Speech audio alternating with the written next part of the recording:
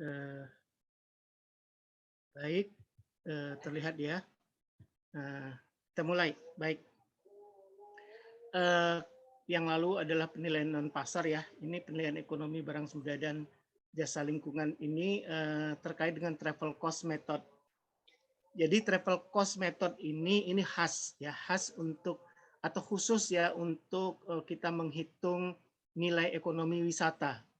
Ya, nilai ekonomi wisata ya, bukan nilai dampak ekonomi wisata. Nah, itu berbeda ya. Jadi untuk menilai ekonomi wisatanya ya.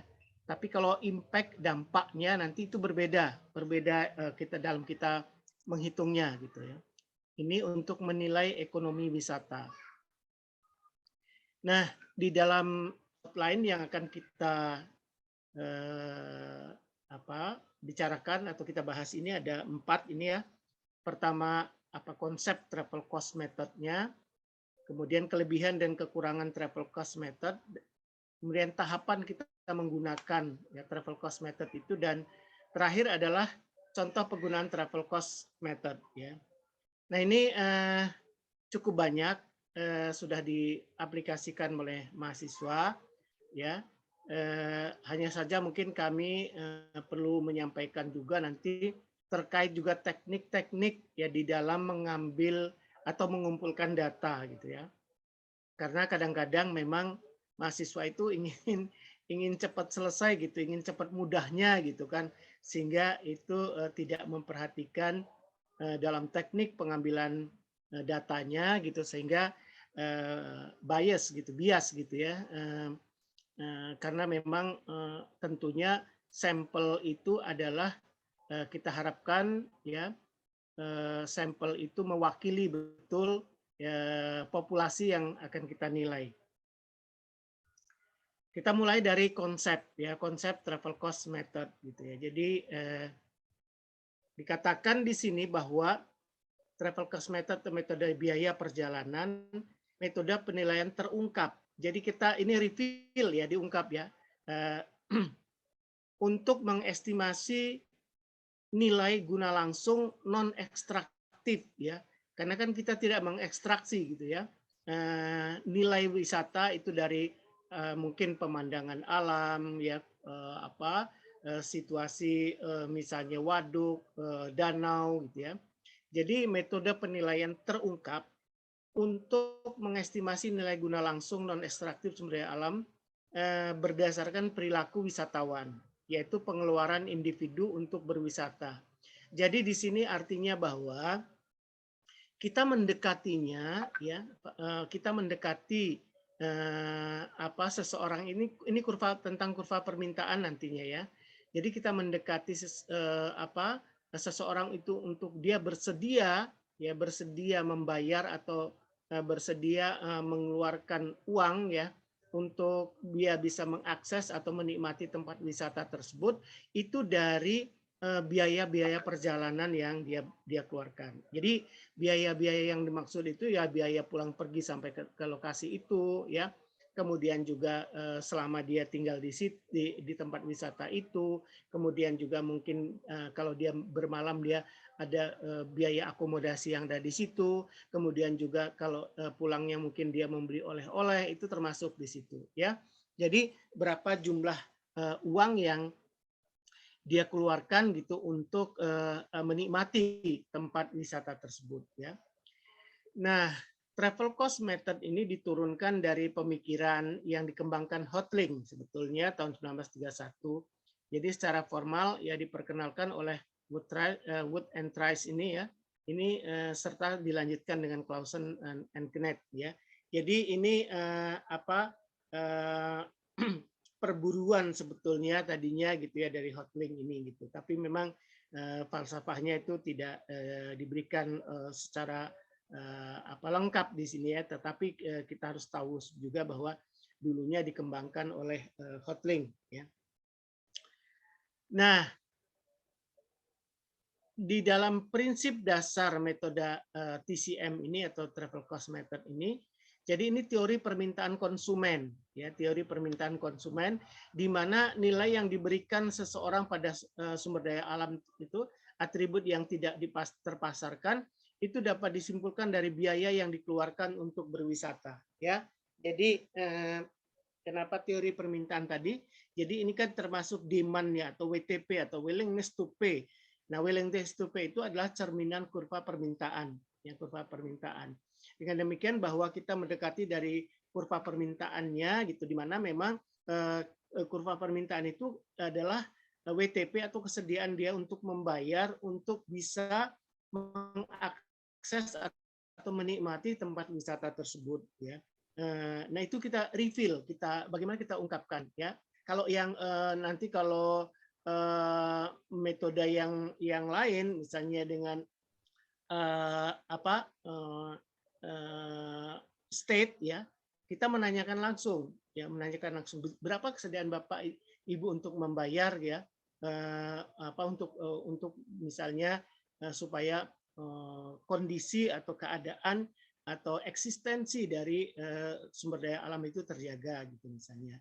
Tapi kalau di sini kita reveal gitu ya, kita berusaha mengungkapkan gimana? Mengungkapkan ya dari biaya-biaya yang dia keluarkan, biaya-biaya yang seseorang keluarkan itu untuk dia dapat menikmati tempat wisata tersebut gitu ya. Nah, biaya perjalanan ini merupakan proksi. Ingat bahwa ya valuasi itu kan bahasa Indonesianya penilaian. Nah, penilaian itu tidak sama persis dengan nilai yang sesungguhnya, karena kalau nilai yang sesungguhnya itu adalah ada harga pasarnya. Di sini proksi ya, pendekatan gitu. Jadi valuasi itu penilaian, ya, sehingga kita berusaha mendekati nilai dari sumber daya tersebut dengan metode-metode yang sudah umum yang kita gunakan, ya. Oleh karena itu biaya perjalanan ini merupakan proksi untuk harga sumber daya alam itu sebagai penyedia jasa wisata, ya. Kita menganggap itu. Ingat bahwa yang kita hitung ini adalah nilai ekonomi wisata, ya, bukan dampak wisata, ya. Kalau dampak wisata itu nanti akan berbeda kita dalam menghitung menilainya, tapi kalau ini adalah kita menghitung nilai ekonomi wisata. Ya, main task-nya itu adalah membangun kurva permintaan untuk wisata. Jadi kan itu tadi ya. Jadi ini pendekatannya pendekatan permintaan. Kemudian kita lihat bahwa tingkat kunjungan. Nah, ini yang nanti kan di sini ya, tingkat kunjungan itu dipengaruhi atau fungsi dari biaya perjalanan, pendapatan, usia, jumlah anak, kesehatan, atau di sini kriteria sosial ekonomi ya, selain biaya perjalanan ini ya. Jadi di sini tingkat kunjungan ya. Ini tingkat kunjungan bukan jumlah pengunjung. Ya. Tingkat kunjungan bukan jumlah pengunjung. Jadi kalau nanti Anda tanyakan ini misalnya dalam satu responden Anda tanya gitu kan. Jadi dalam 1 tahun ini Pak sudah berapa kali Bapak mengunjungi tempat ini? Ya, 3 kali misalnya, 3 kali ini. Di sini berarti 3 di sini. 3 kali ya, itu dipengaruhi ya fungsi dari ini bla bla bla bla ini. Ya, biar. Jadi ini tingkat kunjungan bukan jumlah pengunjung. Itu tolong yang sering juga berbeda mahasiswa tidak mengerti gitu. Jadi tingkat kunjungannya itu dipengaruhi apa gitu ya? Dipengaruhi oleh biaya perjalanan, pendapatan, usia, jumlah anak, kesehatan, itu maksudnya ya. Jadi tingkat kunjungan ya. Jadi kalau seseorang itu ya tingkat kunjungan saya ya ini kedua kalinya. Nah, ini kita ingin melihat bahwa tingkat kok dia mengulang lagi ya, tingkat kunjungannya kedua kali atau ketiga kali ini ternyata dari biaya perjalanannya seperti apa, tingkat pendapatan orang itu seperti apa gitu ya. Itu faktor-faktor yang mempengaruhinya gitu ya. Mempengaruhi tingkat kunjungan yang seseorang itu untuk ke tempat wisata itu. Saya kira cukup paham ya, mudah-mudahan gitu. Jadi tingkat kunjungan sekali lagi bukan jumlah pengunjung, ya. Kemudian kita lihat bahwa di dalam travel cost method ini sebuah model umum ini, asumsi mendasar model TCM ini adalah perjalanan dan tempat rekreasi itu bersifat complementary lemah gitu ya, weak complementary, sehingga nilai tempat rekreasi itu dapat diukur dari biaya perjalanannya, ya. Nah, ini diingat lagi bahwa kalau kita bicara dengan kurva demand, ya permintaan, ya, ini ada surplus konsumen, ya. Kita bicara dengan surplus konsumen dan berapa yang dibayar oleh konsumen, average price-nya, ya, average trip-nya, ini adalah biaya perjalanannya, ya, biaya perjalanannya, ya. Jadi yang dibayar itu adalah biaya perjalanannya. Nah, yang di atasnya itu adalah surplus konsumennya, karena memang bisa saja bahwa ini tarif yang ditentukan itu sekian gitu ya. Tetapi seseorang itu sebetulnya ingatkan yang lalu gitu ya. Jadi sebetulnya dia tuh misalnya apa ya kemarin itu yang kuliah sebelumnya itu bermain ski kalau nggak salah ski. Itu dia bayar itu misalnya $100. Tapi sebetulnya dengan fasilitas, dengan apa namanya kondisi alam yang ada dan mungkin fasilitas-fasilitas yang ada di situ, dia itu sanggup loh ya sebetulnya mau dia bayar itu misalnya sampai 200 gitu. Yang dia bayar itu 125 misalnya. Nah, yang 75 itu adalah surplus dari konsumen tersebut. Konsumen surplusnya gitu ya. Oke, ya saya kira ini kalau ini kan udah mengulang saja ya. Jadi Anda pasti sudah mendapatkan itu. Nah, kemudian karena TCM ini dibangun dari teori permintaan, maka konsep surplus konsumen itu merupakan isu sentral dalam TCM ini, ya, triple cost method. Ya. Jadi memang TCM ini memang khas kita untuk menilai ekonomi wisata. Sekali lagi saya ulang-ulang ini supaya Anda terus ingat. Jadi yang kita ini adalah kita hitung itu adalah nilai ekonomi wisata, bukan dampak dari wisata, ya. Kemudian kita lanjutkan dengan ini ya apa namanya travel cost method ini ya. Pendugaan surplus konsumen dalam TCM dapat dilakukan jika hubungan antara ya jumlah kunjungan ya dan besaran biaya itu diketahui, trip generation function. Jadi itu tadi ya, jadi jumlah kunjungan kita mencari fungsi itu nantinya ya yang dipengaruhi oleh biaya perjalanan ya tadi kan besaran biaya diketahui ya biaya perjalanannya, kemudian pendapatan dan lain sebagainya ya. Jadi biaya itu nanti apa saja Pak gitu yang tempat wisata gitu ya. Ya meliputi biaya pulang perginya untuk sampai ke situ dan juga biaya pulangnya gitu, seperti apa. Kemudian semua di-record gitu ya, semua di-record gitu. Nanti kita teknisnya kita bicarakan detail nanti ya. Tuh, kok nggak mau jalan?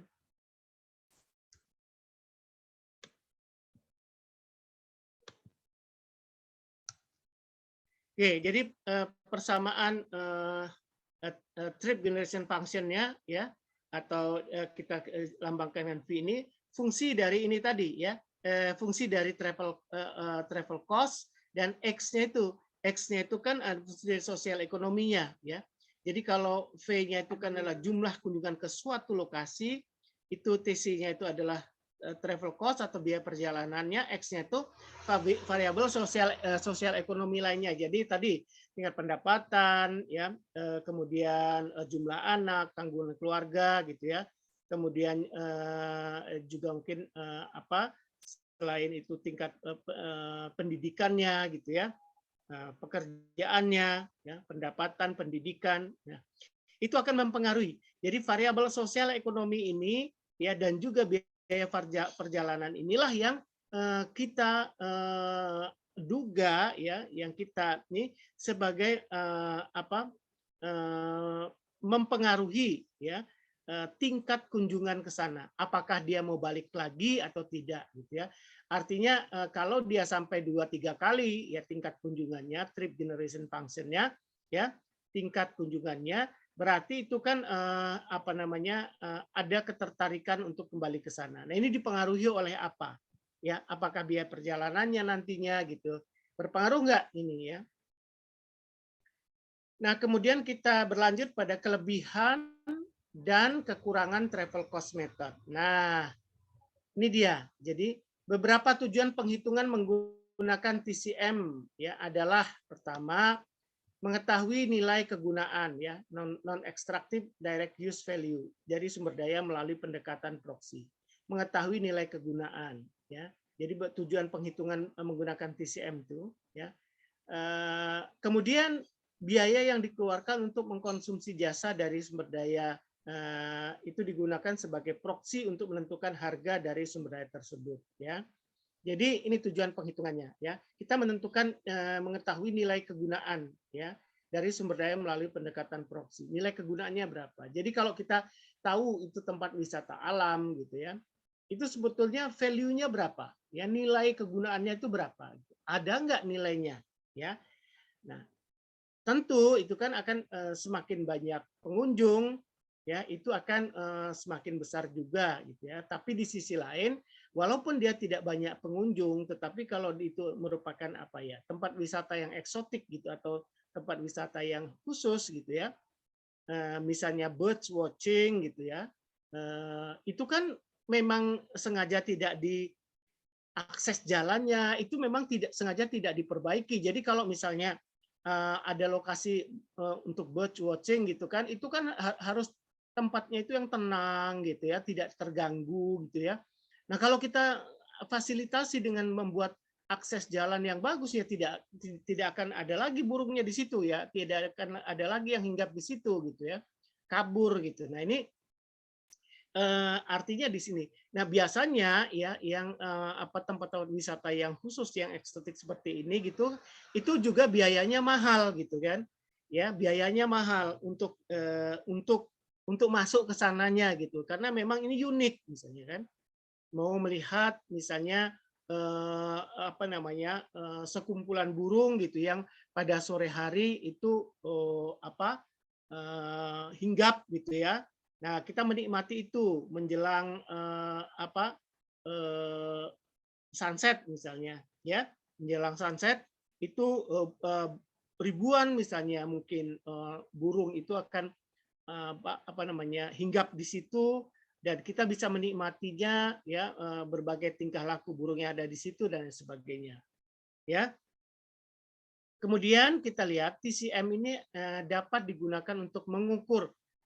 Pertama adalah manfaat dan biaya akibat perubahan biaya akses suatu tempat rekreasi. Jadi misalnya gitu mahasiswa saya dulu kan bimbingan saya itu masih S2 gitu ya. Jadi lokasinya misalnya di Palembang waktu itu tempat wisatanya. Jadi tempat wisata itu diperluas dia di extend gitu ya. Memang man-made ya bukan sumber daya alam bukan wisata alam tapi man-made di situ gitu ya. Nah itu diperluas ya di extend gitu kan lokasinya dan juga wahana-wahana bermainnya dan lain sebagainya itu ditambah. Jadi ada perubahan ya perubahan tempat tinggal atau juga mungkin biaya akses suatu tempat rekreasi gitu. Jadi kalau biaya akses misalnya yang tadinya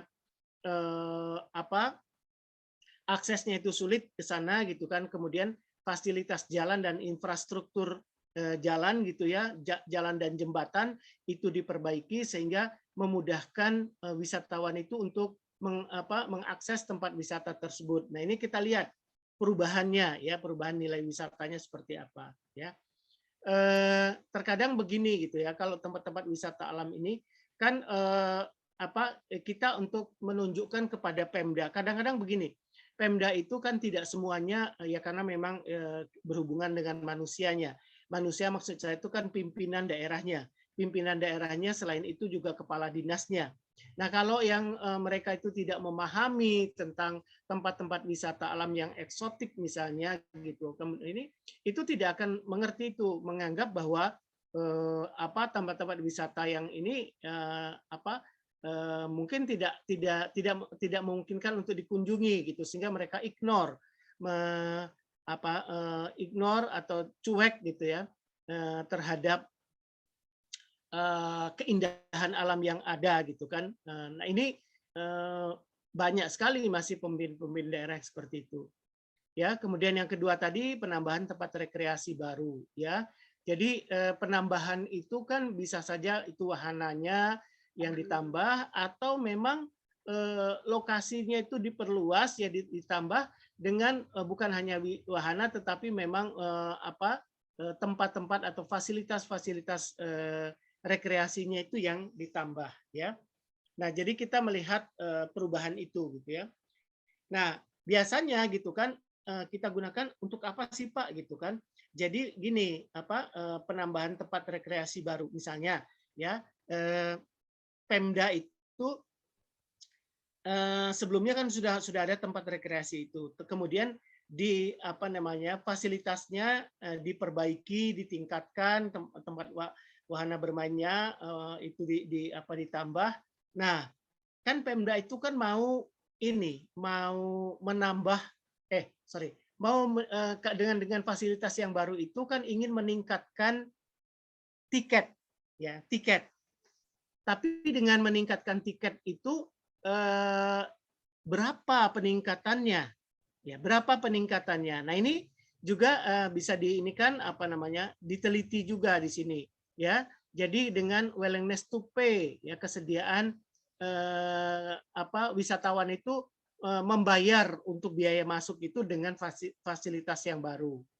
Nah, itu pun nanti sebagai sebagai patokan ya, misalnya ya, tambahan yang tadinya misalnya ya tiket itu 12.000 misalnya. Kemudian gitu setelah diteliti gitu berapa sih tambahan yang bersedia responden tambahkan gitu untuk dengan adanya fasilitas yang baru ini.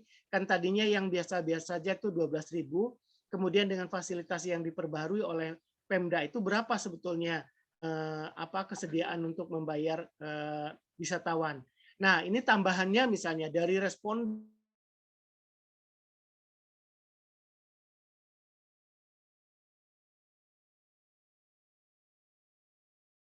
yang Anda bukan itu tambahannya dirata-ratakan. Berarti kalau tiket awalnya itu 12.000 tambah 7.000 itu kan menjadi 19.000 ya.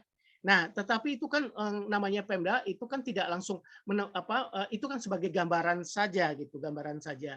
Jadi mungkin Pemda itu tidak langsung meningkatkan tiket itu dari 12.000 menjadi 19.000 gitu ya. Mungkin bertahap ya, 15.000 atau 17.500 3 bulan kemudian. Nah, itulah kebijakan-kebijakan yang dilakukan dengan adanya hasil dari penelitian-penelitian tentang wisata ini. Kemudian perubahan kualitas lingkungan tempat rekreasi gitu tadi ya. Jadi kualitas lingkungan tempat rekreasi yang tadinya misalnya itu kan panas gitu kan, kemudian dibuatlah saung-saung atau gazebo gitu peneduh, dan juga ditanami berbagai vegetasi yang menyebabkan yang nantinya diinginkan itu menjadi teduh. Ingat bahwa beberapa waktu yang lalu juga mungkin di kelas ini atau ke Senin ya saya bahwa lokasi-lokasi wisata atau dimanapun itu kota, kalau vegetasinya banyak itu menciptakan iklim mikro yang baik ya, karena pohon ya itu menciptakan kesejukan ya, kesejukan. Karena apa? Karena fotosintesis itu ya dari memanfaatkan CO2 menghasilkan O2 itu kan menghasilkan suhu yang dingin ya, yang dingin gitu ya. Jadi banyaknya pohon itu menjadi teduh. Itu pun juga tentu akan lebih membuat wisatawan itu menjadi lebih betah karena mungkin bisa lebih bertahan lama di situ gitu untuk santai, membawa keluarga, juga mungkin untuk makan-makan di situ gitu ya. Lain halnya kalau seandainya itu panas terik gitu kan, tidak ada penduduhnya. Nah, itu kan tidak ada jarang sekali orang yang betah untuk berkunjung ke situ, ingin cepat-cepat pulang dan sebagainya. Nah, ini perubahan kualitas lingkungan tempat rekreasi ini juga bisa kita lihat gitu ya. Dengan itu dengan ini berapa nanti frekuensi atau tingkat kunjungan seseorang itu nantinya kan apakah meningkat atau tidak gitu ya. Nah, kemudian juga penutupan tempat rekreasi yang ada. Ya, jadi TCM ini kita melihat gitu ya, kita melihat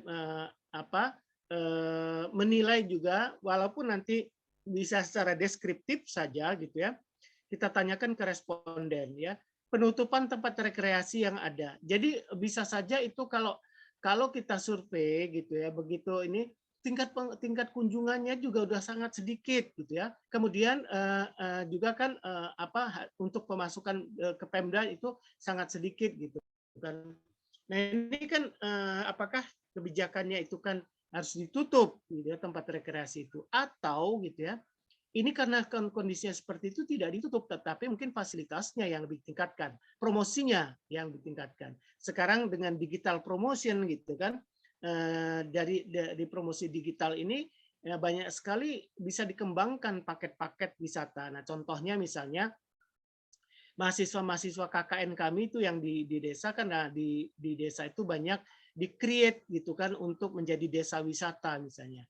Nah, desa wisata ini kan tentunya memerlukan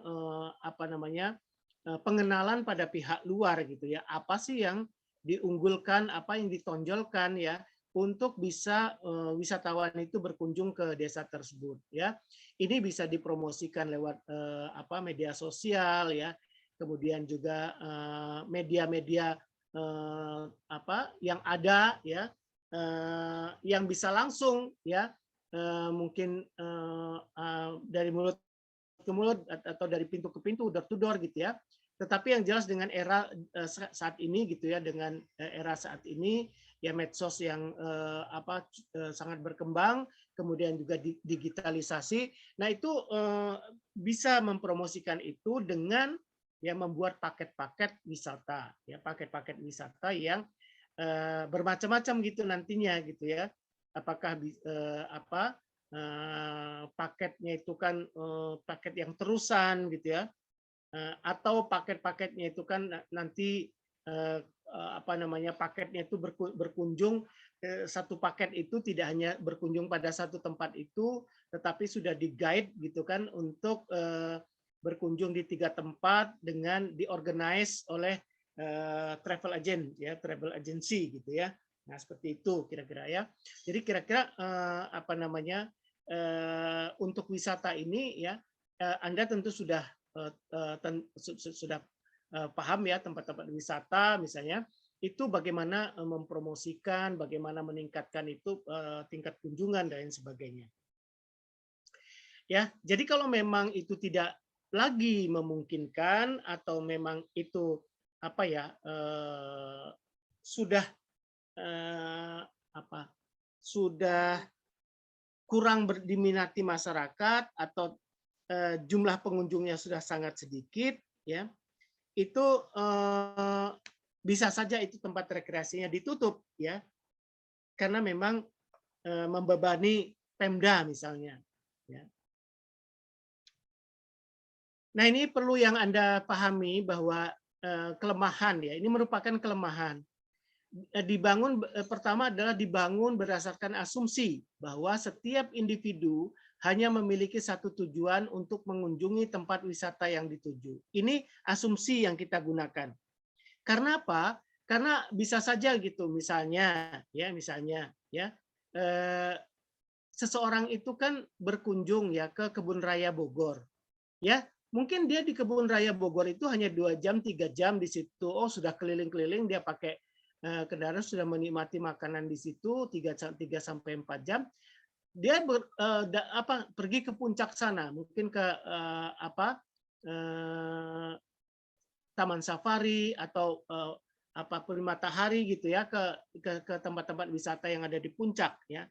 Nah, ini kan tidak bisa kita ini kan ya. Jadi jangan tidak perlu Anda berdalih lagi, Pak, ini kan kalau tujuannya bisa saja itu bisa ke Kebun Raya Bogor hari itu juga gitu kan, bisa ke puncak ya, bisa ke sampai Cipanas, kebun bunga dan lain sebagainya ya.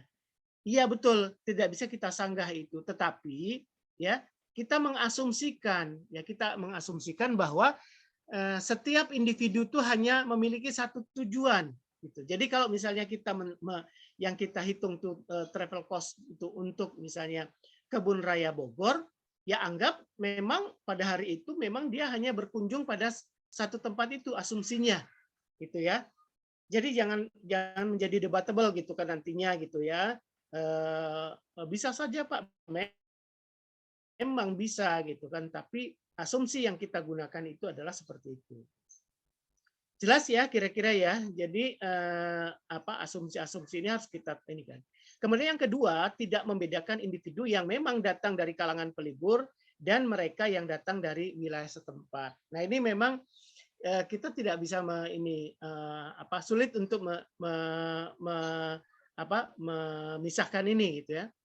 Nah, biasanya memang yang ini permasalahan yang kedua ini terjadi misalnya memang pada lokasi-lokasi yang memang tidak banyak pengunjungnya atau tidak terlalu favorit gitu ya.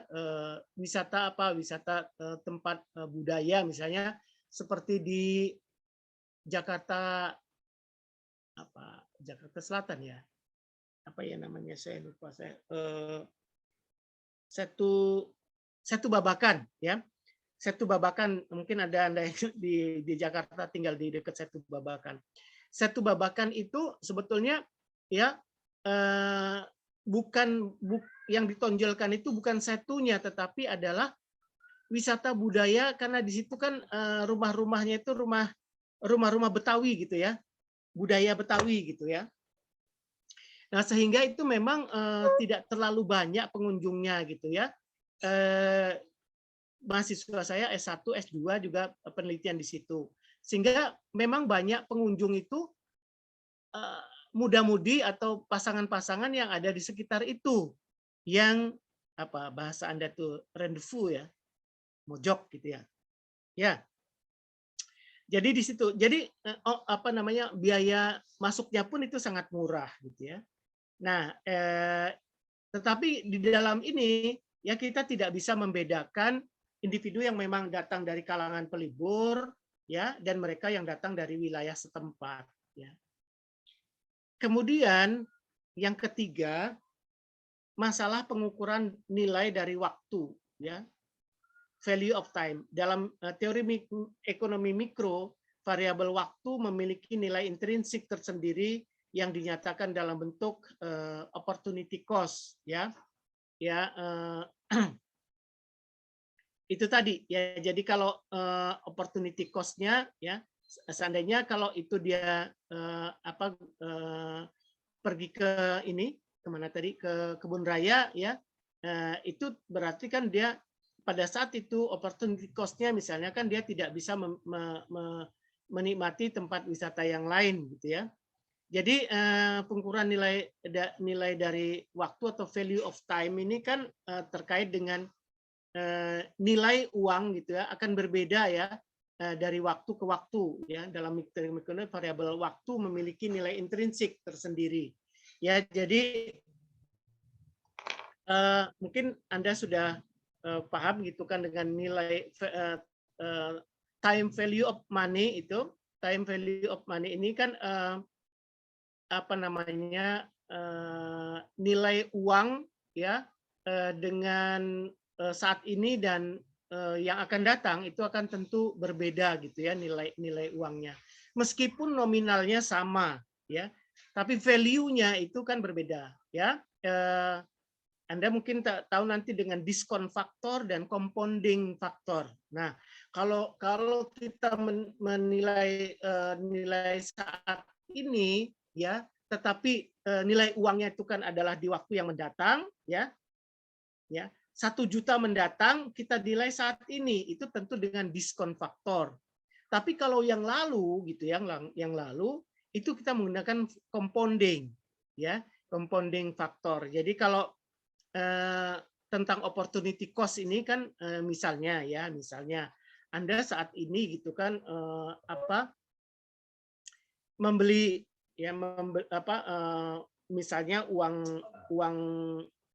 sarapan Anda 10.000 ya setiap pagi gitu kan ya. Nah saat ini kan mungkin kalau dibelikan gorengan gitu kan mungkin masih bisa mendapatkan 5 gorengan karena harga 2.000 misalnya per gorengan itu. Tapi mungkin tahun depan itu sudah nggak dapat lagi gitu ya. 1.000 itu hanya dapat 4. Mungkin saat ini pun juga dengan perubahan harga minyak goreng misalnya itu yang drastis gitu kan, itu pun sudah value of money-nya itu kan udah sangat berubah gitu ya. Jadi tentu akan berubah value-nya, bukan nominalnya. Nominalnya sama mungkin 10.000, tetapi value-nya, nilainya yang berubah gitu ya. Itu time value of money-nya ya. Kemudian kita lihat bahwa data collection-nya ya, jadi keakuratan data apakah semua travel cost tercatat ya, representatif responden khususnya seasonality ya, low and peak season ya. Jadi ini memang harus menjadi perhatian ya, low season, peak season ya dalam wisata. Jadi sulit mendapat respon saat sedang berwisata ya, in person interview ya, self reporting ya. Nah, oleh karena itu begini ya, data collection ini kan dalam mengumpulkan data collection itu kan memang kami misalnya pembimbing ya harus memang betul mengarahkan. Jadi mahasiswa itu harus membuat time schedule ya untuk bagaimana yang bersangkutan itu mengambil data di lapangan. Karena kalau tidak kita tidak strict mengarahkan seperti itu kan ada quote and quote ya, tidak semua mahasiswa gitu kan. Oleh karena itu kan kita selalu menekankan ya, penelitian itu memang harus kita menciptakan rasa ingin tahu gitu ya. Jadi kalau rasa ingin tahu kita itu tinggi, maka memang penelitian itu akan kita lakukan itu secara benar gitu kan. Tapi kalau asal penelitian saja gitu ya, jadi penelitian itu bukan dari hati, maka itu tadi dalam data collection-nya itu akan terjadi hal-hal yang ini sehingga biasnya itu tinggi gitu. Nah, untuk wisata khususnya ini harus betul-betul membuat time schedule kan mahasiswa gitu. Jadi terutama memang ya kalau penelitian itu kan lama setahun ya mungkin ini, tetapi kan kita terbatas ya dalam batasan penelitian itu kan ada terbatas waktu, terbatas dana, ya terbatas juga mungkin jangkauan Anda gitu kan. Nah, oleh karena itu memang di dalam misalnya collecting data itu kan misalnya selama 1 bulan. Maka selama 1 bulan itu harus betul-betul dipetakan gitu ya dalam mengambil data. Karena memang weekend dan weekday itu akan sangat berbeda dalam wisata ya. Kemudian juga pengunjung ya, pengunjung itu akan sangat berbeda antara weekend dan weekday di suatu tempat ya, di suatu lokasi wisata ya. Karena misalnya gitu ya, di weekday gitu ya, weekday mungkin banyak muda-mudi gitu ya, remaja gitu ya, tetapi di weekend misalnya banyak keluarga ya, banyak rombongan ya, itu sangat berbeda. Nah, dari situ nanti dalam interview juga kuesioner yang Anda tanyakan juga itu akan mendapatkan jawaban yang beragam gitu ya. Oleh karena itu memang dalam penentuan sampel ya, sampling ya, ini harus hati-hati. Jadi begini maksudnya. Jadi kan kalau dia rombongan, ya kalau rombongan 1 bis misalnya, itu dari manalah datangnya ke tempat wisata itu tidak boleh Anda ambil saya ambil 10 gitu ya, karena memang Pak ini kan sangat ini baik kerjasama dalam pengisian kuesioner misalnya, saya ambil 10, tidak boleh itu ya. Karena apa? Karena itu nanti tidak menyebar, tidak mewakili gitu ya. Jadi tujuannya itu kan responden yang kita dapatkan itu inginnya memang mewakili populasi ya. Nah, tetapi kalau begitu caranya Anda mengajukan itu nanti tidak mewakili populasi gitu. Karena apa? Karena akan seragam gitu ya, terutama misalnya 1 bis itu. Anda tanyakan misalnya, biaya biaya transportasinya aja. Pak, loh kami kan biaya transportasi memang sudah bayar misalnya 200.000 ya, itu pulang pergi. Sama itu nanti sama semuanya gitu ya. Nah, itu kan jadi Anda dapatkan data yang Anda dapatkan itu tidak mewakili populasi yang diharapkan ya. Jadi ini kan hati-hati. Itu tentang apa data collectingnya itu dari sumber wisatawannya ya. Kemudian nanti dalam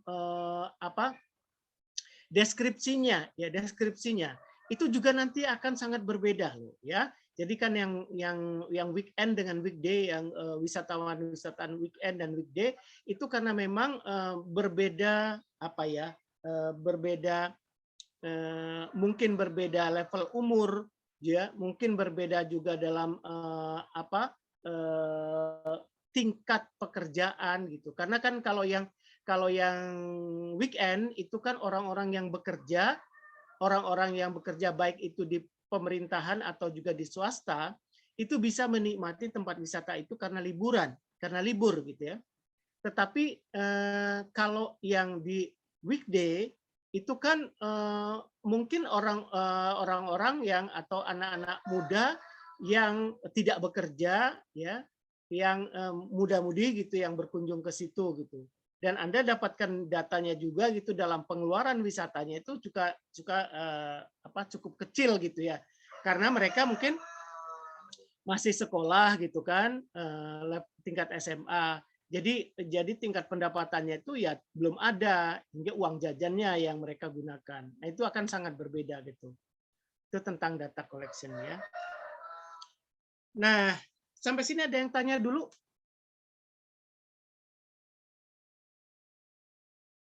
Pas, belum. Baik, jadi kita lanjutkan pada tahapan penggunaan ya. Tahapan penggunaan travel cost. Nah, di sini dijelaskan bahwa ada dua macam sebetulnya, zonal travel cost method dan individual travel cost method. Ya, yang zonal ini kan dizonasi. Nah, tetapi memang nanti yang banyak kita bicarakan itu yang individual travel cost method gitu. Jadi apa sih bedanya gitu kan? Kalau kita lihat dulu di sini definisinya, zonal travel cost itu estimasi travel cost method itu berdasarkan data yang berhubungan dengan zona asal pengunjung, ya pengelompokan zona asal. Nilai ekonomi diestimasi berdasarkan persentase jumlah penduduk di setiap zona yang melakukan kunjungan ke lokasi wisata tertentu, ya. Visit rate-nya itu number of visit atau strip population of the zone gitu ya. Jadi dalam zonasi ini jarang digunakan. Kenapa? Ya, yang kita lakukan, yang kita gunakan untuk zonasi ini itu tempat-tempat wisata yang tingkat pengunjungnya atau tingkat kunjungannya itu kan masih sedikit. Jadi ya, jadi kalau Anda datang ke situ, jangan-jangan nanti tidak ada tidak ada wisatawannya. Jadi hanya mungkin pada periode-periode tertentu gitu yang ada wisatawannya, atau tempat itu memang tadi tempat yang eksotik gitu kan, ya, yang pengunjungnya itu tidak banyak, ya, sehingga kalau Anda melakukan penelitian dengan individual travel cost method dengan wawancara menggunakan kuesioner, Anda mungkin sampai di situ sampai pegel berdiri di situ, wisatawannya tidak ada yang datang gitu ya. Oleh karena itu kan biasanya kalau yang seperti ini ya, tempat wisata yang eksotik, kemudian juga mungkin tempat wisata yang masih baru, yang tingkat kunjungannya itu kan atau tingkat kunjungan atau jumlah pengunjungnya itu masih sangat terbatas. Nah, ini dengan zonasi. Karena ini kan gini ya, ini pendekatannya atau hasilnya ya, hasilnya atau estimasinya, estimasi nilainya nanti, nilai wisatanya itu akan lebih kasar gitu maksudnya. Ya. Karena apa? Karena kita memang di sini gini. Jadi kalau Nanti di bawah ada gambarnya. Jadi kalau misalnya kebun raya, nah itu dizonasi ya. Kalau kebun raya kan rame. Katakanlah ya kebun raya itu sepi pengunjungnya gitu, sehingga Anda sulit melakukan wawancara dengan individual ya, triple cost method ini. Ya, misalnya itu kan. Ya, sehingga apa yang Anda lakukan? Ya, Anda melihat tingkat kunjungan itu selama setahun. Nah, selama setahun. Lalu dari mana saja gitu kan. Nah, dari mana sajanya itu kan nanti ada zona 1, zona 2 dan seterusnya.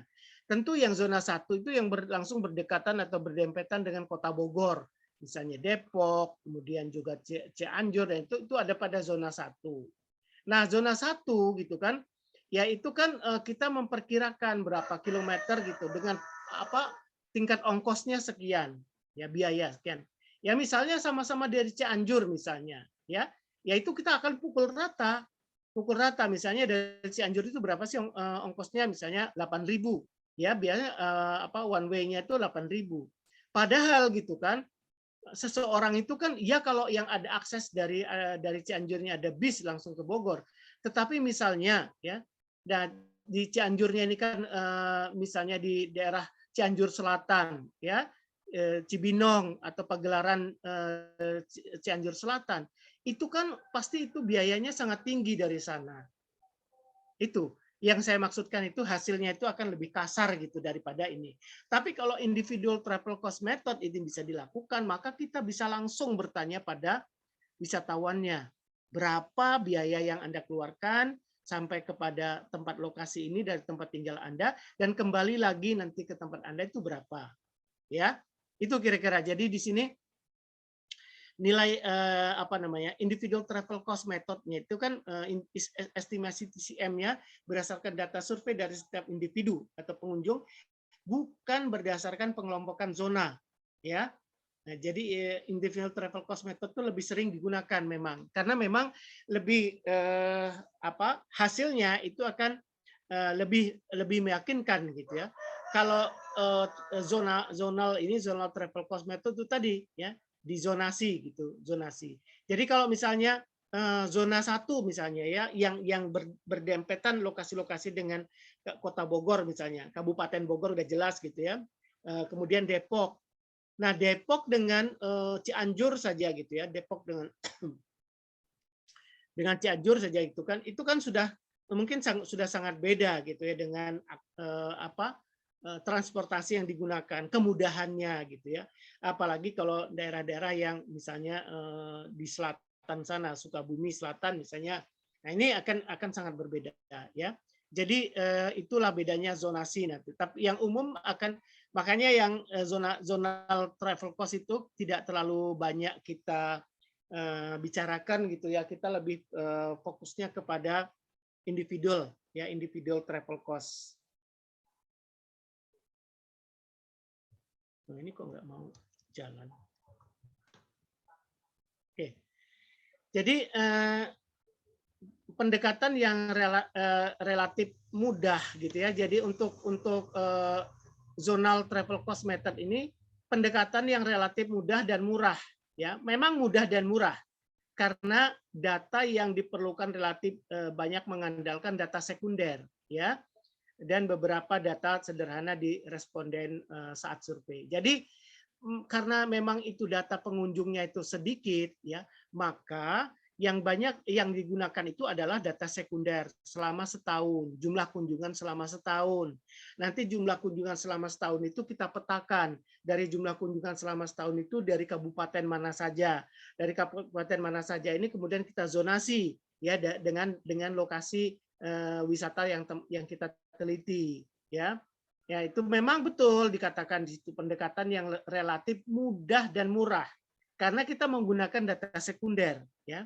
Data mengandalkan data sekunder dan beberapa data sederhana. Jadi data sederhana itu jadi kita coba melengkapi misalnya gitu kalau kita ngetes saja gitu kalau dari Cianjur ke Bogor itu berapa gitu. Tapi itu tadi kan itu tidak mengcover semuanya atau tidak mengcover setiap atau responden yang menjadi responden kita gitu kan, karena itu mungkin ada yang dari Cianjur Selatan, ada yang dari kota Cianjur, itu akan sangat berbeda-beda dalam pengeluaran biaya perjalanannya. Yang kedua, tempat rekreasi dibagi ke dalam zona tadi ya, sudah saya sampaikan beberapa zona kunjungan dan diperlukan data jumlah pengunjung per tahunnya ya. Kemudian yang berikutnya perlu diperkirakan data jumlah kunjungan per jumlah penduduk di setiap zona ya. Jadi biasanya jumlah pengunjung per 1000 gitu ya. Jadi kalau di situ misalnya Kabupaten Cianjur jumlahnya penduduknya berapa ya, jadi itu jumlah yang berkunjung ke ini berapa, nah berapa per 1000 orangnya itu kan berapa yang berkunjung ke situ gitu ya. Nah, jadi perlu diperkirakan data jumlah kunjungan per jumlah penduduk di setiap zona ya, mengenai data jarak, waktu perjalanan serta biaya setiap perjalanan per satuan jarak ya. Kemudian dapat diestimasi biaya perjalanan secara keseluruhan dan kurva permintaan untuk kunjungan ke tempat wisata. Nah itu tadi ya, memang dapat diestimasi biaya perjalanannya, tetapi itu tadi ya, estimasi yang kita gunakan itu dengan zonal ini itu akan lebih kasar karena kita banyak angka-angka atau nilai-nilai atau biaya-biaya itu kita justifikasi gitu ya, bukan berdasarkan hasil wawancara yang sesungguhnya pada yang bersangkutan, masih pada wisatawannya.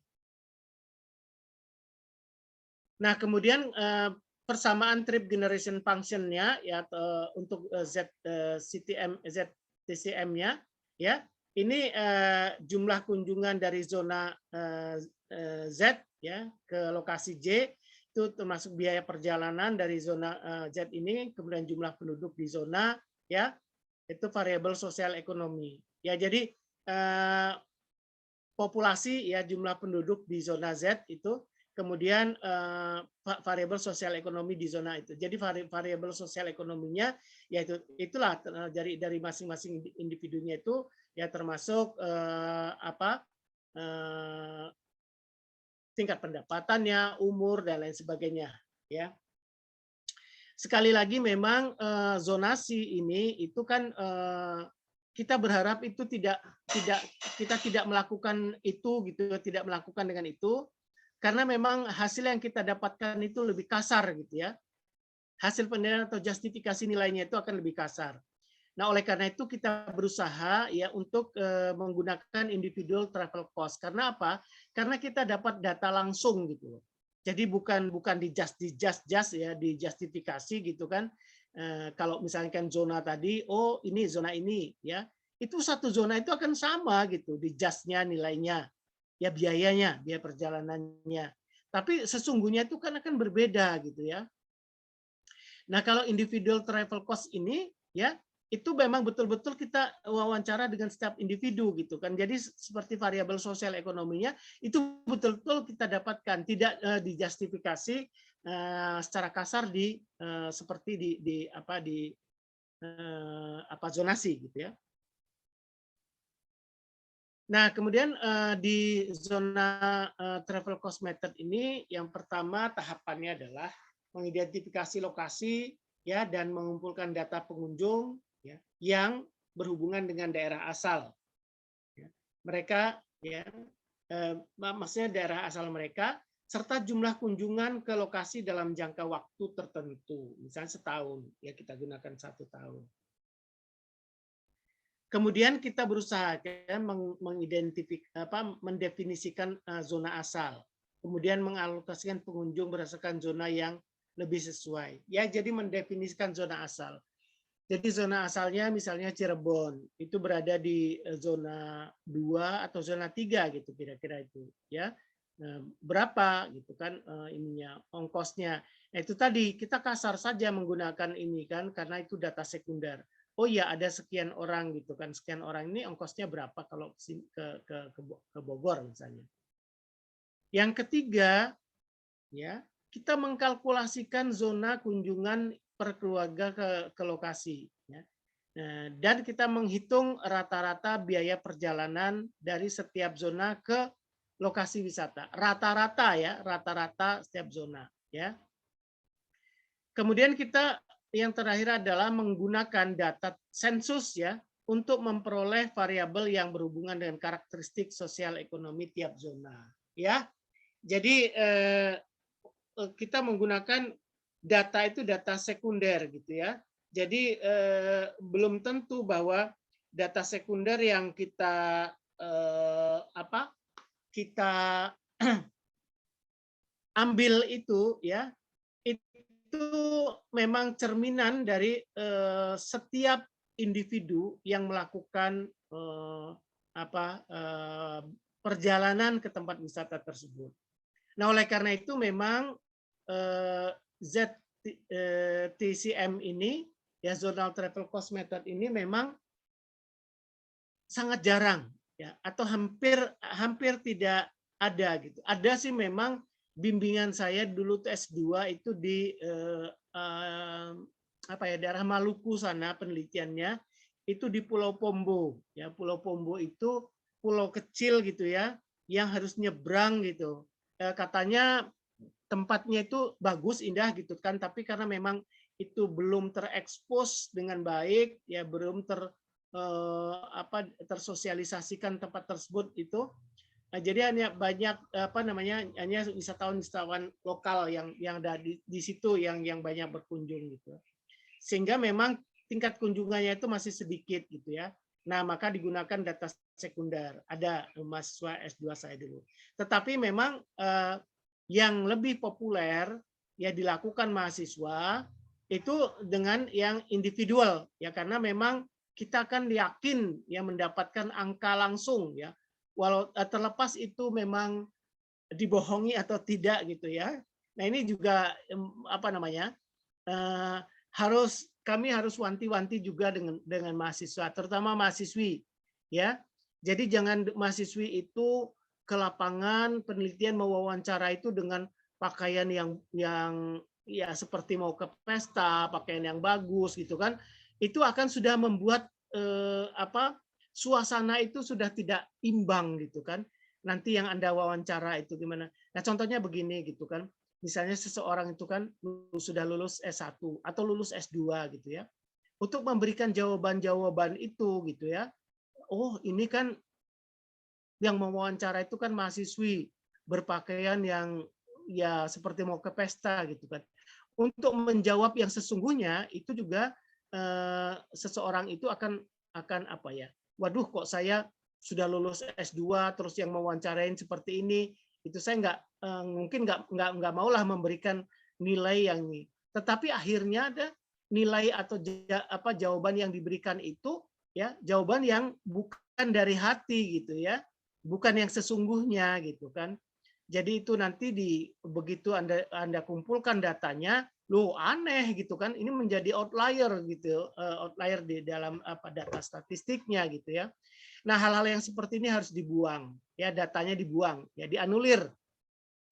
Maka kita pesan-pesan gitu ke mahasiswa itu kan. Jadi kalau mau mengumpulkan data kunjungan itu ya yang sederhana saja pakaiannya gitu, sehingga memang balance itu antara nantinya yang mewawancara dan yang diwawancara itu merasa levelingnya itu kan mungkin tidak berbeda gitu ya, dibanding kalau Anda misalnya berpakaian ini, dan itu akan gengsi sosial yang muncul jawaban itu gitu. Nah, ini yang menjadi outliernya.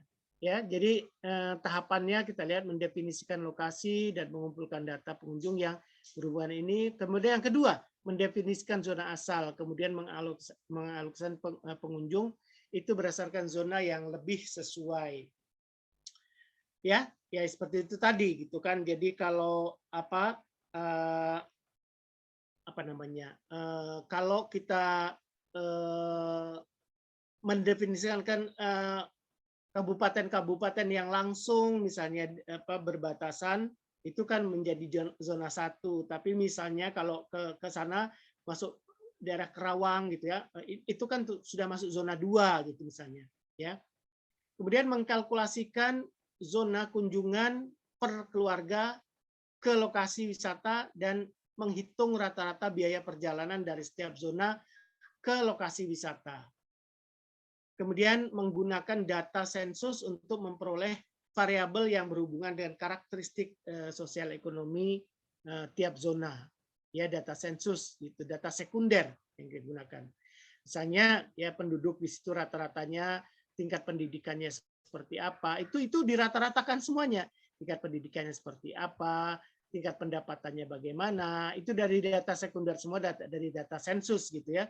Itu yang kita ambil ya sebagai average-nya kita gunakan. Itu kan sangat kasar gitu, sangat kasar. Kemudian menggunakan data 34 tadi untuk mengestimasi fungsi ya, persamaan perjalanan. Yang berikutnya adalah menggambarkan kurva permintaan atau demand curve-nya untuk menentukan surplus konsumen berdasarkan kurva tersebut. Nah, kemudian mengkalkulasikan total surplus konsumen berdasarkan zona, dan ke-8 estimasi dari total surplus konsumen tiap zona digunakan untuk mendapatkan total surplus konsumen secara keseluruhan. Ya, jadi nanti dalam penghitungannya dipandu, tapi memang apa ini banyak izin tuh. Oke. Ya, tapi memang karena ini memang sulit bagi mahasiswa gitu untuk melakukan ini, maka kami lebih tidak menganjurkan sebetulnya ya untuk zona travel cost gitu, karena memang ada yang lebih mudah gitu kan kita lakukan dengan individual travel cost ya. Loh, ini kok nggak mau jalan sih. Oke, nah ini yang zonasi tadi ya, zona tadi. Jadi yang 5 km, zona 1, nah itu jadi artinya yang pada zona 1 itu tadi biaya perjalanannya dipukul rata semuanya $10. Zona 2-nya misalnya $20 dan 3 ini $30. Padahal gitu tadi ya, yang masuk zona 3 ini antara yang dekat di sini misalnya dekat ini dengan yang di ujung sini itu sudah jelas jauh berbeda gitu ya. Inilah kelemahan-kelemahannya dengan zonasi ini gitu ya, karena kita menggunakan data sekunder dan justifikasinya itu kan akan sangat kasar gitu. Kemudian, nah ini yang kita ini kan ya. Jadi kita lanjutkan dengan yang individual, ya individual travel cost method. Jadi dalam individual travel cost method ini ya ini lebih didasarkan ya pada data primer ya yang diperoleh melalui survei dan teknik statistika ya.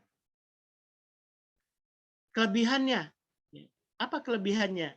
Jadi kelebihannya itu hasil yang relatif lebih akurat daripada metode zonasi. Kenapa akurat ya? Ya karena kita menanyakan langsung ya. Terlepas itu nantinya kita mencoba menelaah lagi apakah memang jawaban yang diberikan itu memang jawaban yang sesungguhnya ya atau bukan, itu kita bisa menjustifikasinya dengan melihat rata-ratanya. Kalau memang menjadi outlier ya jangan gitu kan. Tetapi paling tidak ini kan jawaban-jawaban itu kan mayoritas itu akan menunjukkan bahwa angka-angka itu memang cerminan dari lokasi setempat gitu. Seperti misalnya biaya perjalanan dari lokasi A misalnya ke tempat wisata tersebut. Nah, orang-orang yang tinggal di lokasi A itu tentu akan saling menyeimbangkan ya jawaban-jawaban itu sehingga average-nya atau rata-ratanya itu kan mendekati sama gitu ya dari jawaban-jawaban mereka. Kemudian hipotesis yang dibangun ya. Jadi kunjungan ke tempat wisata itu akan sangat dipengaruhi oleh biaya perjalanan. Jadi diasumsikan memang berkorelasi negatif ya. Sehingga diperoleh kurva permintaan ya yang memiliki kemiringan yang negatif. Nah, ini hipotesis kita bahwa yang dibangun itu kunjungan ke tempat wisata akan sangat dipengaruhi ya, oleh biaya perjalanan. Nah ini ya secara sederhana memang fungsi permintaan di atas itu dapat ditulis sebagai berikut. Jadi ini ya jumlah kunjungan oleh individu ke objek wisata J ini ya V ini itu adalah fungsi dari CIJ ya, biaya perjalanan yang dikeluarkan oleh individu I untuk mengunjungi objek wisata J ya. Kemudian TQSM-nya biaya waktu yang dikeluarkan oleh individu I untuk mengunjungi oleh objek wisata, persepsi responden ya terhadap kualitas lingkungan dari tempat yang dikunjungi ya. Kemudian karakteristik objek wisata, substitusi yang mungkin ada di tempat lain ya, pendapatan ini kan kalau karakteristik objek wisata substitusi yang memungkinkan tempat lain itu ya itu bisa juga didami ya, pendapatan dari individu I ya. Ini faktor-faktor sosial ekonominya. Kita lihat nanti di bawah ya. Nah, ini dalam travel cost method ini ya, jadi kalau tahapan-tahapannya kita mengidentifikasi lokasi. Ya, lokasi wisata maksudnya. Lokasi survei kuesioner ya untuk mengumpulkan data pengunjung yang berhubungan dengan biaya perjalanan mereka ke lokasi, jumlah kunjungan ya, pilihan-pilihan rekreasi dan karakteristik sosial ekonomi. Nah, kemudian yang kedua tahap menetapkan fungsi ya perjalanan dan mengestimasi model travel cost. Jadi regresi hubungan itu kemudian menggambarkan. Nah, sebelum ke tahapan-tahapan ini ya kita memang harus memahami dulu ya. Kita harus memahami dulu ya memang tempat-tempat lokasi itu harus kita pahami dan juga bagaimana kita memahami cara kita mengambil responden tadi gitu ya, responden tadi. Nah, kalau mengambil data ya, mengambil data dan mengambil sampel ya. Sampel itu kan sampel responden ya, itu kan gunanya untuk kita menduga populasi.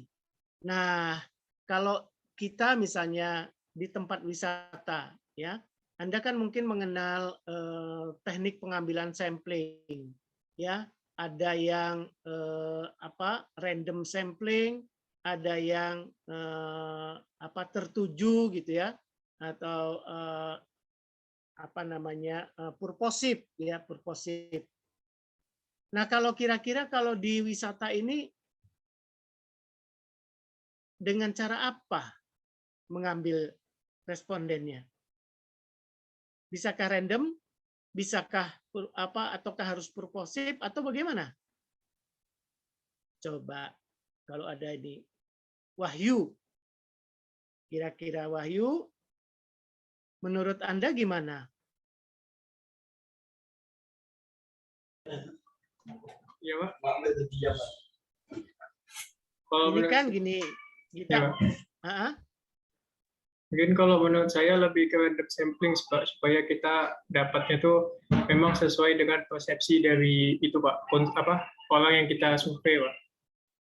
Lebih kepada apa tadi nggak kedengeran? Dan kalau saya lebih ke random sampling Pak, supaya apa yang kita dapat tuh lebih sesuai dengan persepsi dari si yang kita wawancarai Pak. Nah, pertanyaannya, bagaimana cara kita merandom kalau begitu?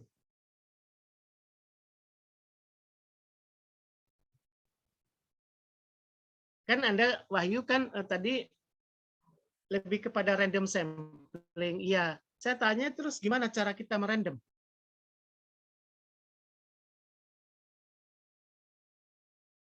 Kira-kira.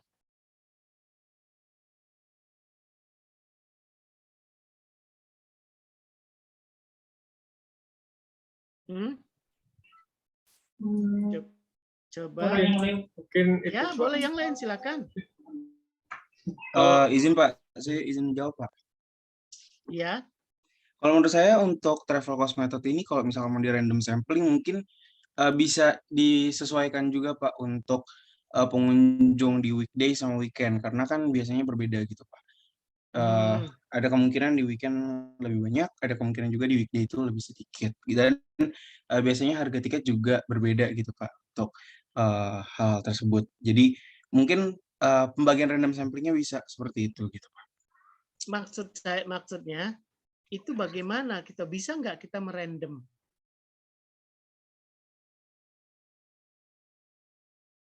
Apa syarat kita melakukan random sampling?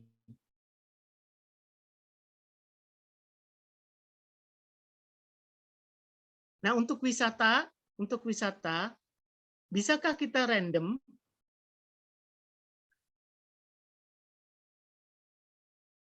Ada yang mau jawaban? Fasa Adam Alvendo.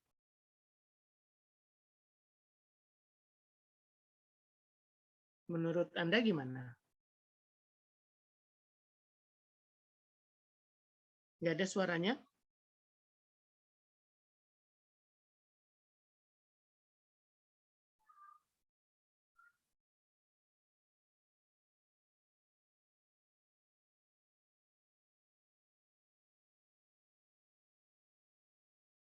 Tidak bisa ini connect. Yang lain misalnya Anastasia Dea. Ya, Anastasia Dea coba. Menurut Anda gimana? Atau apakah sudah pernah kalian itu melakukan penelitian kecil? Sudah pernah? Belum? Belum. Anas? Kalau saya yang melibatkan responden gitu belum pernah, Pak. Oke. Belum pernah ya? Iya, Pak. Jadi gini, oke kalau belum pernah.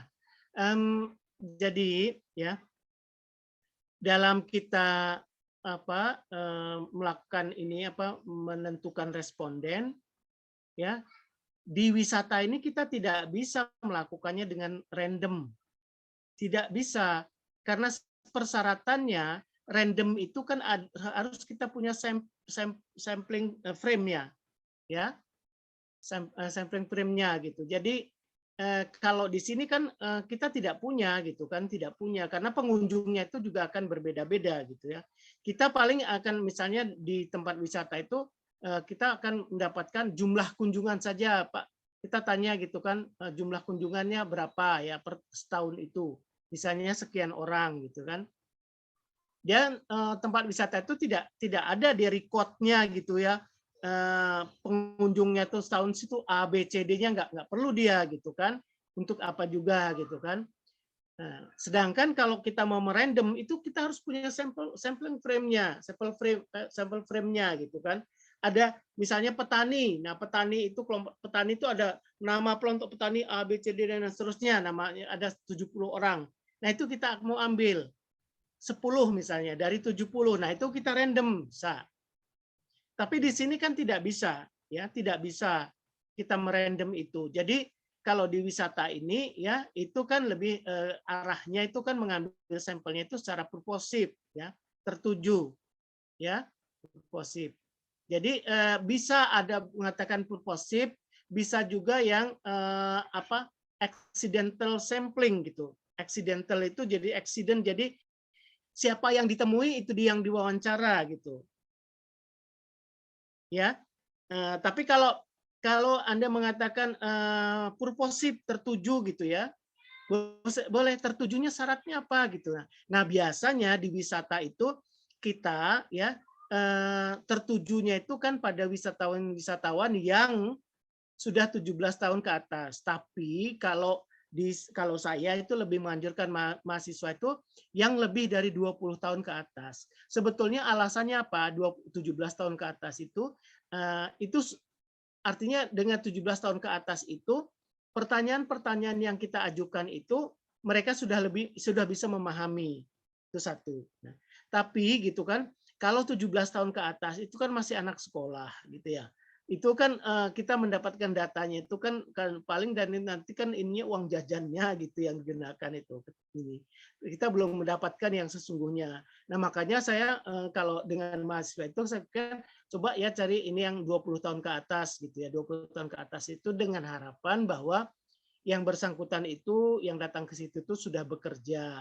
Nah, sudah bekerja itu kan dia menggunakan uangnya sendiri, artinya dia sudah memanage uangnya sendiri, sehingga dari sisi kemampuan pun untuk beli ini beli itu dia mungkin lebih mampu gitu. Itu kira-kira. Jadi di dalam wisata itu kita tidak bisa tidak bisa kita merandom, karena random itu karena kita harus punya sampel frame-nya. Ya. Jadi kalau nelayan, kalau petani misalnya, itu udah jelas gitu. Ada nelayannya di situ. Kita memilih dari yang ada itu, gitu ya. Ya, tapi kalau di wisata itu kan nggak ada gitu, nggak ada siapa yang kita pilih di situ gitu, karena kita tidak punya sampel frame-nya, ya. Jadi yang ada itu kan hanya catatan, jumlah pengunjungnya tahun ini di tempat wisata itu total selama setahun itu misalnya 2.500. Nah, 2.500 itu kita mau ngambil 100-nya gitu. Nah, kita tidak bisa merandom dari 2.500 yang ada. Pertama memang tidak ada nama-namanya mungkin gitu ya. Ya kalaupun ada nama-namanya, begitu kita random orangnya nggak ada kan gitu. Paham ya? Begitu kita misalnya kalaupun ada ininya gitu sampel frame dari ini ada mungkin tempat wisata yang sangat unik, misalnya mencatat semua siapa yang datang gitu ya, namanya nama yang datang tuh semuanya ada semuanya, misalnya dimasukkan ke data gitu. Oke, kita dapatkan. Tapi begitu kita dapatkan nama-nama itu nggak berkunjung di situ gitu kan, pada waktu yang kita tentukan gitu ya. Jadi kita tidak bisa gitu untuk merandom itu. Jadi mungkin kalau wisatawan itu ya kalau tidak ya purposive ya accident sampling gitu, accidental sampling gitu. Jadi secara bertemu ya kita tanya, saya melakukan wawancara bersedia atau tidaknya gitu. Kemudian mengidentifikasi lokasi wisata, survei kuesioner untuk mengumpulkan data pengunjung yang berhubungan dengan biaya perjalanan.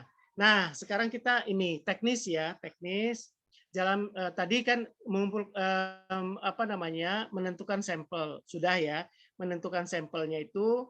Jadi berdasarkan misalnya rumus Slovin itu kita cari gitu jumlah pengunjung selama setahunnya sekian, dapatlah kira-kira 90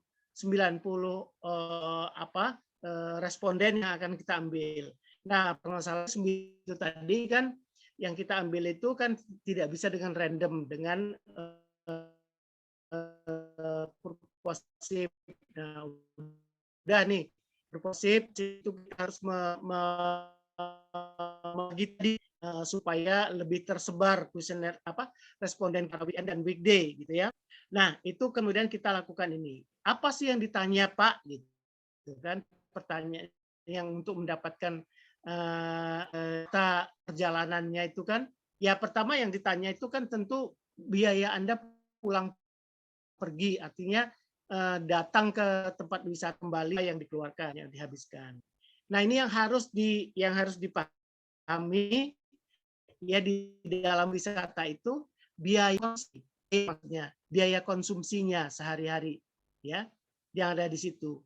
Nah, itu biaya konsumsi di tempat wisata itu harus dikurangkan dengan biaya konsumsi sehari-harinya. Ini harus menjadi catatan ya, mungkin nggak ada di slide ini gitu, di PPT ini gitu kan. Jadi kan pertama Anda tanyakan biaya perjalanannya itu kan untuk datang datang ke situ dan pulang ke nanti biaya berapa. Kemudian biaya untuk dia makan. Jadi Anda tanyakan, Pak, kalau makan di sini Bapak menghabiskan berapa gitu. Wah, Neng, di sini tuh mahal. Saya makan itu sampai sekali itu makan itu hampir 50.000. Oke, 50.000. Tapi itu bukan 50.000, itu tidak boleh Anda catat sebagai nilai nanti untuk penghitungan wisata. Jadi harus dikurangkan gitu. Anda tanya lagi, Pak, kalau Bapak sehari-hari di rumah ya tidak melakukan ke tempat wisata ini, kalau makan di rumah berapa Pak biasanya? Ya kira-kira habisnya gitu kan. Ya kalau di rumah Neng gitu kan dengan menu yang sama seperti yang saya makan tadi ya paling 20.000 gitu ya. 20.000. Anda catat itu 20.000. Artinya yang digunakan, yang biaya makan dia untuk wisata itu 50.000 dikurangi 20.000. 30.000 yang dia habiskan untuk seolah-olah itu memang di tempat wisata, biaya makan di tempat wisata. Paham? Oke. Nah itu kemudian itu harus dikeluarkan. Lalu yang harus menjadi pemahaman Anda juga, ya, Pak, kalau biaya tiket, ya, biaya tiket itu kan dimasukkan atau tidak?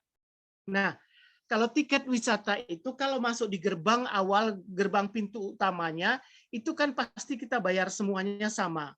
Tetapi nanti kan ada segmentasi, ya, segmentasi pasar untuk wisata. Jadi misalnya untuk masuk ke wahana ini, masuk ke wahana ini kan beda-beda lagi gitu ya. Anda mau masuk ke mau merasakan wahana ini, silahkan Anda bayar. Tidak juga silahkan, hanya melihat-lihat saja gitu kan. Nah, oleh karena itu kan concern kita itu kan yang bayar tiket, ya, tiket yang di gerbang utama. Tiket di gerbang utama itu harus dimasukkan atau tidak? Nah, ini jawabannya itu boleh dimasukkan, boleh juga tidak. Karena kalau dimasukkan itu juga semuanya sama, ya, sama. Ya, tidak juga akan sama gitu. Itu hanya nanti mempengaruhi konstantanya dalam pengolahan datanya. Tetapi kalau misalnya ini kan Anda ragu-ragu, ya udah masukkan saja, ya, dimasukkan saja. Tapi maksud saya itu dari semua responden itu akan sama jawabannya, ya, karena tiket masuk yang 20.000 di depan misalnya kan itu semua kan untuk masuk tempat wisata itu kan bayar semuanya, kecuali nanti segmentasi pasar yang segmentasi tempat wisata yang ada di dalam itu berbeda-beda, ya. Susah kayaknya ya menghitungnya. Sebetulnya tidak, kalau kita melakukan itu langsung melakukan itu tidak susah sih sebetulnya. Nah, kemudian yang ini baru kan nanti jadi sudah itu biaya-biaya itu, ya, baru kan di sini menetapkan fungsi, ya, menetapkan fungsi perjalanan dan mengestimasi modal travel cost. Jadi itu kan data-data dalam collecting datanya itu yang harus hati-hati tadi. Jadi semua biaya-biaya itu termasuk tadi biaya makan harus dikurangkan dengan biaya dia sehari-hari makan di rumahnya, ya, kemudian juga biaya-biaya souvenir, biaya akomodasi dia nginep di situ atau tidak, semuanya kita kalkulasikan itu, asumsi kita bahwa semua biaya yang dia keluarkan tempat wisata itu untuk mendapatkan tempat wisata tersebut gitu ya.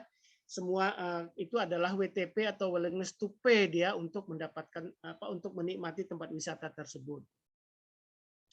Kemudian yang ketiga menggambarkan kurva permintaan, ya, demand curve, dan menentukan surplus konsumen berdasarkan kurva. Ini nanti di praktikum itu akan diarah dibimbing Anda. Kemudian menghitung total surplus konsumen untuk kunjungan ke lokasi wisata, ya. Nah, inilah nantinya langkah-langkahnya. Nanti di praktikum itu akan lebih bimbing lagi. Jadi jangan mengatakan bahwa ini kan sulit, itu enggak juga gitu ya. Kan yang harus kita keluarkan cuma biaya dia sehari-hari dia kan kalau makan kita akan melihat sebetulnya intinya itu akan melihat, ya, korbanan dia itu untuk menikmati tempat wisata itu gitu. Nah, kalau dia itu tidak berkunjung ke tempat wisata kan makan juga dia, ya. Sehari-hari kan makan juga. Nah, karena sekarang itu dia berkunjung tempat wisata, makannya misalnya 50.000.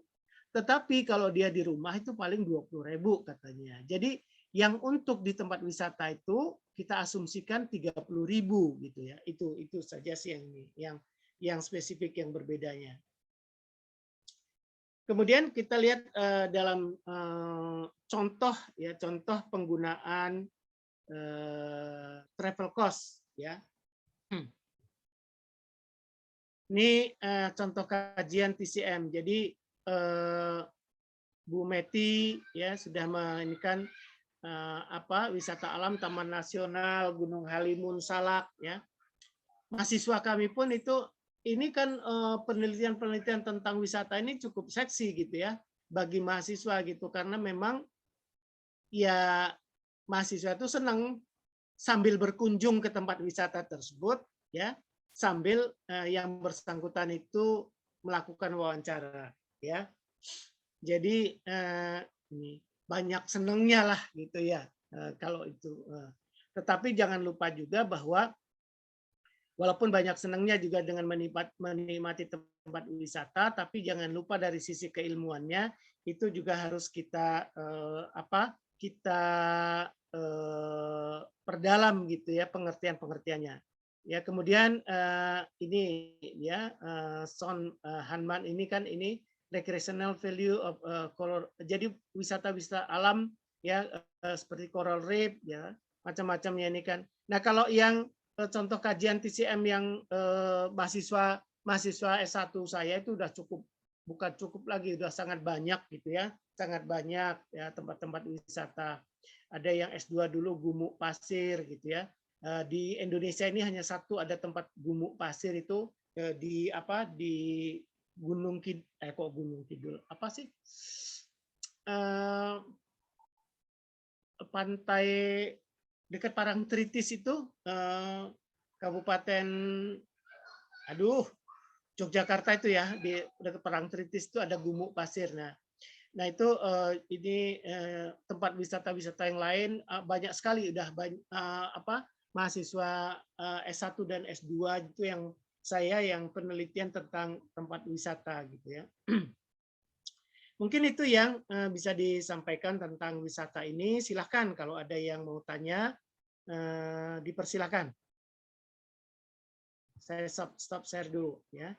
Dipersilakan kalau ada yang ditanyakan tentang ini, ya tentang wisata ini, ya terutama memang dalam kita mewawancara, ya pesan kami gitu dalam Anda mewawancara itu, ya itu terutama yang mahasiswi itu berpakaianlah yang sederhana saja gitu ya, karena itu kan nanti akan bias dalam kita mendapatkan data ya. Jadi banyak nanti data-data yang Anda dapatkan itu jawaban responden Anda itu bukan jawaban yang sesungguhnya dari hati nuraninya, tetapi karena gengsi sosial yang ada sehingga saya ini diwawancarai oleh mahasiswi yang berpakaian rapi kayak artis gitu kan, sehingga untuk memberikan jawaban yang nilai yang kecil itu malu, tetapi akhirnya itu memberikan jawaban nilai yang sangat besar. Begitu Anda akan olah datanya itu, wah ini berada di sangat jauh dari titik-titik rata-ratanya gitu, menjadi outlier di situ. Baik, silakan kalau ada yang mau ditanyakan.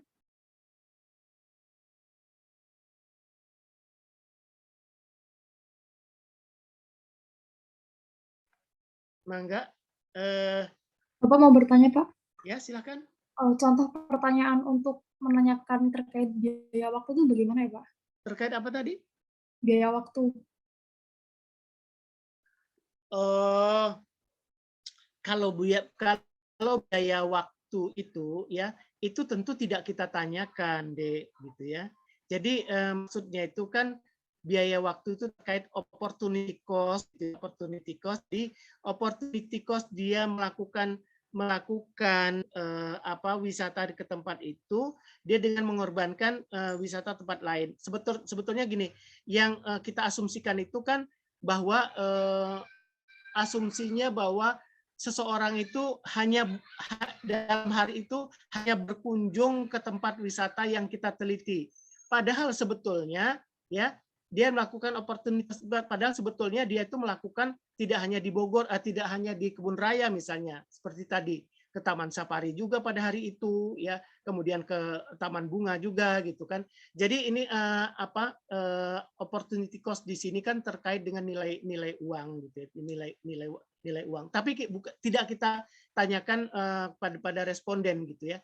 Sehingga ini yang terkait dengan nilai uang ini nanti itu kebanyakan itu pada yang zonal travel cost. Gini maksudnya. Di zonal itu kita menggunakan data sekunder.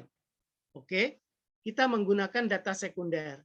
Terus kita gunakan data sekunder itu kita dapatkan angka-angka itu kan yang pada tahun yang lalu misalnya.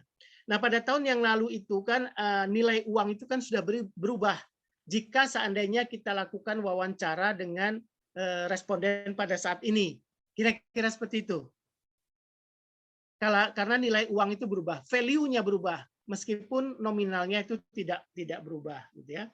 Jadi sebetulnya selain dengan zonal ini ya itu di satu sisi itu perhitungan kita cukup kasar, di sisi lain juga ya itu nilai uang itu sebetulnya berubah karena yang kita hitung itu sebetulnya sudah setahun yang lalu ya kita dapatkan itu ya. Adapun kalau kita itu kan berdasarkan catatan yang ada tahun yang lalu. Nah, kalau kita penelitian saat ini menggunakan tahun yang lalu, ya itu kan nilai uangnya kan berbeda. Tapi kalau kita dengan individual travel cost, kita langsung bertanya kepada yang bersangkutan nilai saat ini. Baik, ada yang lain?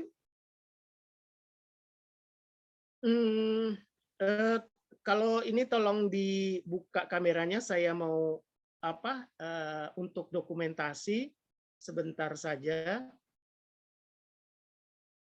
Untuk dokumentasi ini ya bukti mengajar, tolong dibuka ya sebentar aja. Ya, kita tunggu sedikit lagi. Helmi, maaf, sorry.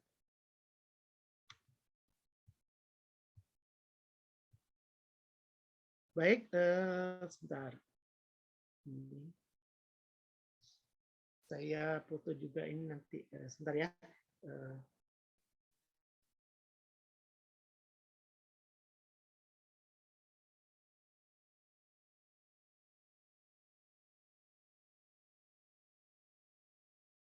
Iya. Ya, sudah selesai. Terima kasih. Jadi semoga Anda sudah, saya belum cek ini di portal gitu sudah isi presensi semuanya ya. Baik, kalau begitu kita akhiri ya perkuliahan kita pada siang ini. Semoga apa yang saya sampaikan itu memberi